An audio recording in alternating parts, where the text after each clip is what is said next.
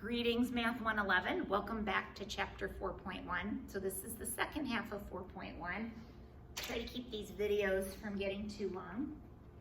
So we left off talking about the correlation coefficient, small r, that -1 is a perfect negative correlation, +1 is a perfect positive correlation, and let's keep going.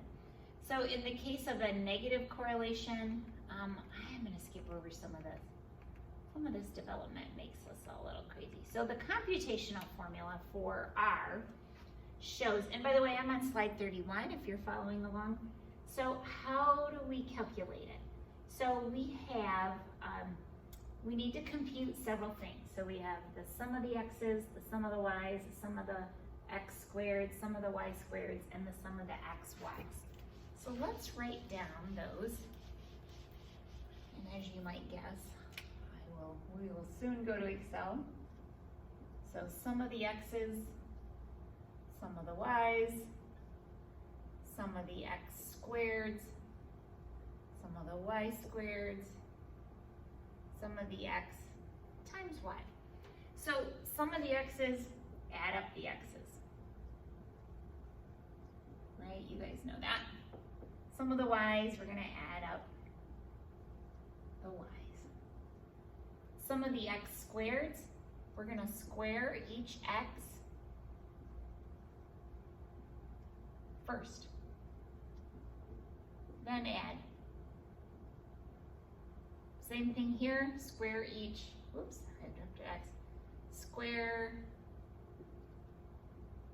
each y first, then add. We're gonna multiply x times y, then add. Okay, so that's what we're gonna do. And then you'll see there's a rather long, complicated formula. I will not require that you actually use this formula. Yes, I want to go through it and make sure you understand it, but I'm going to show you how to do it in Excel also. So if you're struggling with Excel, please let me know. There's lots of YouTube videos you can pull up. I have posted some, but make sure you make use of that. So there's a lot of good information out there. All right, so here's more details about if R is 0, there's no correlation. If R is 1 or -1, this would be -1. That's a perfect negative correlation. This is +1. It's a perfect positive. If it's somewhere between 0 and 1, that's a moderate positive correlation. So generally those dots are going uphill. If it's somewhere between 0 and -1, then it's a moderate negative correlation. So again, somewhere between 0 and 1, it's just, they're pretty close, but not exactly. All right, so we have sand dunes driven by wind creates, sand driven by wind creates beautiful dunes at the Great Sand Dunes National Monument in Colorado. You guys know that. The more wind, the more changes in the sand. That works with snow, right? If there's a big blizzard, that's more dangerous because the higher winds make the snow drift, and you can be driving down the road and all of a sudden hit a big snow drift, and that's pretty dangerous, right? Of course, the same natural forces also create large dunes at the Great Sahara and Arabia. Is there a linear correlation between wind velocity and sand drift rate? Now, just a side note, you see that word linear? That's the only thing we're going to worry about in this class. There are other types of correlations. There's other types of lines. There is, things that look like parabolas or 3rd degree or 4th degree. We are not doing that in this class. We will only talk about linear correlation. So a line, a straight line, as I like to say, a well-behaved straight line. So let x be a random variable representing the wind velocity. Okay, always define your variable. So this is wind velocity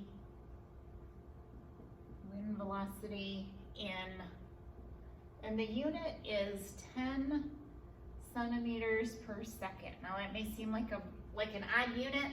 Don't worry about it. As long as we label it and make sure we know what it is, that's all that matters. You don't have to do a lot with that at this point. Y is the drift rate.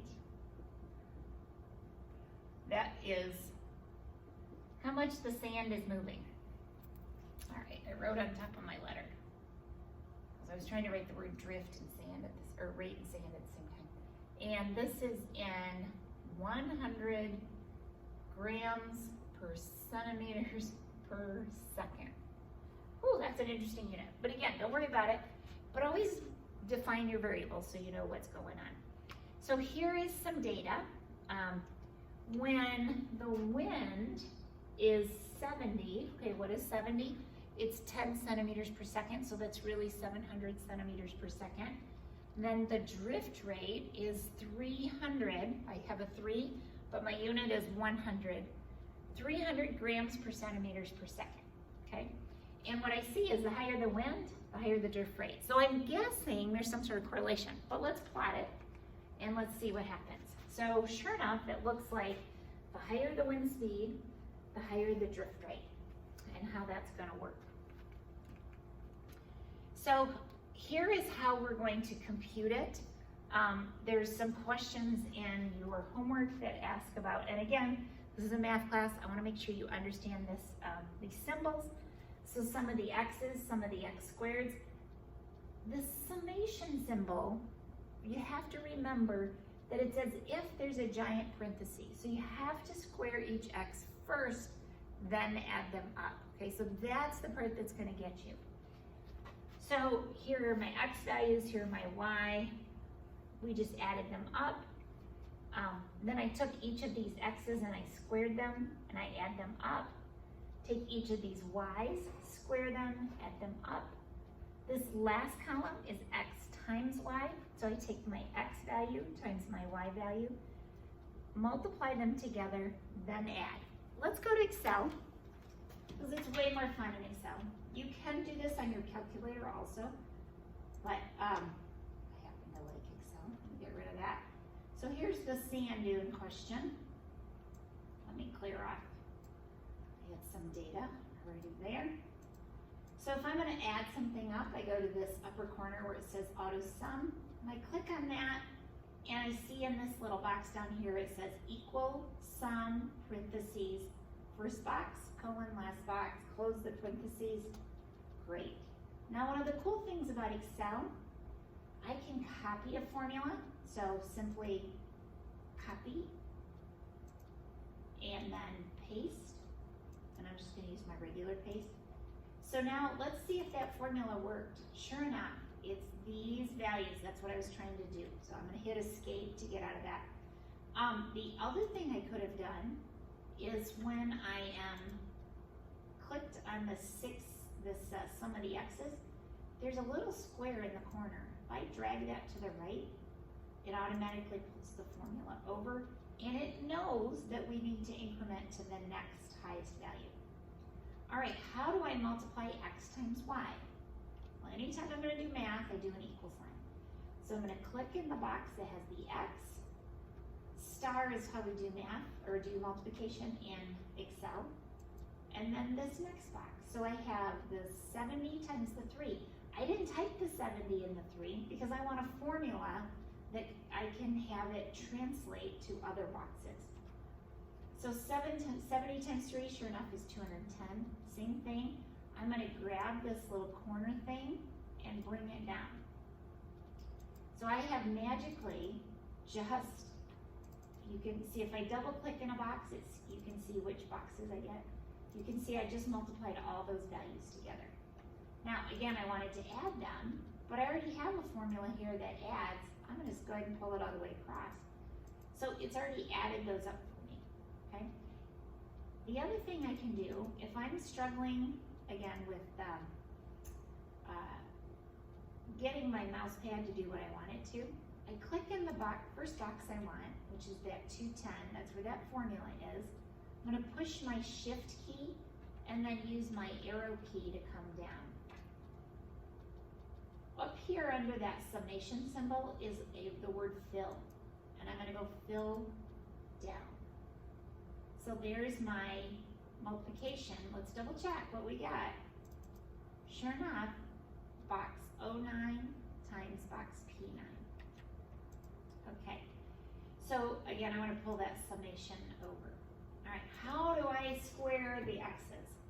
Equal sign, because equal says it's time to do math. I want my box with my first x value. I'm going to use the little caret. It's or a chevron. It's a little up arrow kind of thing, or an upside down V. It is above the 6, so it's the shift of 6. On many calculators, that's your symbol for some sort of power. So I have box 03 to the second power. So sure enough, 4900 is 70 squared. So I'm going to take that same formula, drag it down. Voila, I have just squared all those values. I can also drag it to the right. Sure enough, 3 squared is 9. Okay, and you'll see at the bottom that as I drag those values, it's adding the numbers up for me. So that's a beautiful thing. Again, I'll do a separate video on how to do this on your calculator. All right, let's jump back into our PowerPoint. So those look like the same values I got on my Excel chart, should be true. One of the things I learned when I took Physics 1 was we didn't have PowerPoints, but we had examples in the textbook. And actually working those examples, not just reading them, take your pencil and paper and write them out and see what you get, then compare it with the answers. So one of the beauties of our electronic textbook is they hide some of the answers for you. You just click on the arrow and it shows it to you, but you can actually have it hidden while you try to work it and then see how you did, okay? So in these PowerPoints, actually copy the data into an Excel spreadsheet and practice it so that you've got all the answers laid out for you and you can practice how it works, okay? So make sure you're doing that. All right, so this formula may look a little daunting, but it's really not bad. So n is how many values? Well, we had 7 pairs, right? So my n is 7. X and y's can't live alone, right? They're connected data. So n times the sum of the xy's, well, what was that number? The sum of the xy's is this 18,458 minus, I take the sum of the x's times the sum of the y's. So the sum of the x's was the 678 times 166. Divide that whole thing, take the square root of n times the sum of the x squareds. So sum of, oops, I meant to go back. Sum of the x squared is the 67,892 minus the sum of the x's, then square it. So that's the same value, and then I'm going to square it. And then the square root of n times the sum of the y squareds. That's this value. So remember, I squared each term and then added it up. That's the 6768 minus the sum of the y's, then squared. Okay. Now, the natural thing to do is to do the top, or maybe do each piece and round them, and then try to finish. Okay. Don't round. Don't round in the middle of a problem. Okay, so one of the things you need to do is learn how to do this without rounding in the middle of the problem. You can store information. My preference is that you kind of do it all at one time. The top should actually, wouldn't be a problem. You shouldn't have a decimal in the top. That one you could do separately and then do this, and then do your computation. So here's the values. Again, take the time to write this out and practice it for yourself, okay? So practice that. So what we end up with is 0.949. Now, let's go back to Excel for a minute, because I could have done this without the formula in Excel. So the formula is C-O-R-R-E-L, okay? So equals C-O-R-R-E-L, and I'll show you how to look that up in a second. So I'm going to do my X values comma, my y values, right? So I have to have x and y in the formula. So it's equal, C-O-R-R-E-L. Let's write this down. So it's equal, C-O-R-R-E-L. I encourage you to write this on your formula sheet. Parentheses, my first box, colon, my last box. These are the x values, comma, my first box, colon, my last box. These are the y values, okay? So that's the correlation coefficient. If I push enter, look at that, I get that same value. Now, let's go look the formula up. So next to this summation symbol where it says auto sum, go all the way to the bottom where it says more functions. And I'm going to type in correlation O-E-F-I-C-I-E-I-N-T. That's one of those words I got to spell. And so the tricky part is, and this is why I would like you to just write it down, is there's several different ways to do it. You want the one that's correl, C-O-R-R-E-L. So if I click on OK, array 1 are my x values. So an array is a list of numbers. So I have my array 1, my array 2, and then I hit enter. Sure enough, I get that same value. So the moral of the story is use Excel. So you can do it the long way, or you can do it the shorter way. But I do want you to understand what these values are.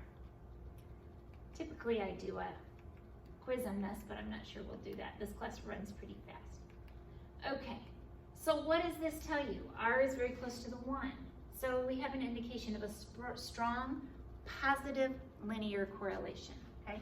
Not perfect, and it's positive, not negative, right? Because it was a positive value. So what does that mean? The higher the wind speeds, the greater the drift rate. And you're all going, duh, I knew that, right? But sometimes you gotta prove it, because just because you think it, maybe somebody needs to pay for that. Needs to pay you to create something. Maybe you sell special fences.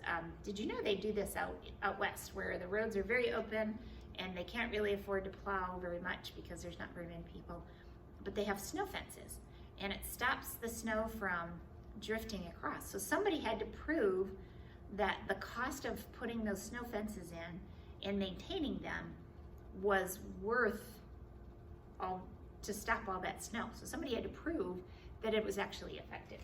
Kind of interesting. I'm gonna keep going here. It's important to understand the difference between the sum of the x squareds and you know what? There's an error on the slide I've never actually noticed. The sum of the x squareds and the sum of the x's, that square should be on the outside. So we've talked about that. All right, keep up the good work. Keep working on Excel, and I will do a little video about the calculator too. Thanks.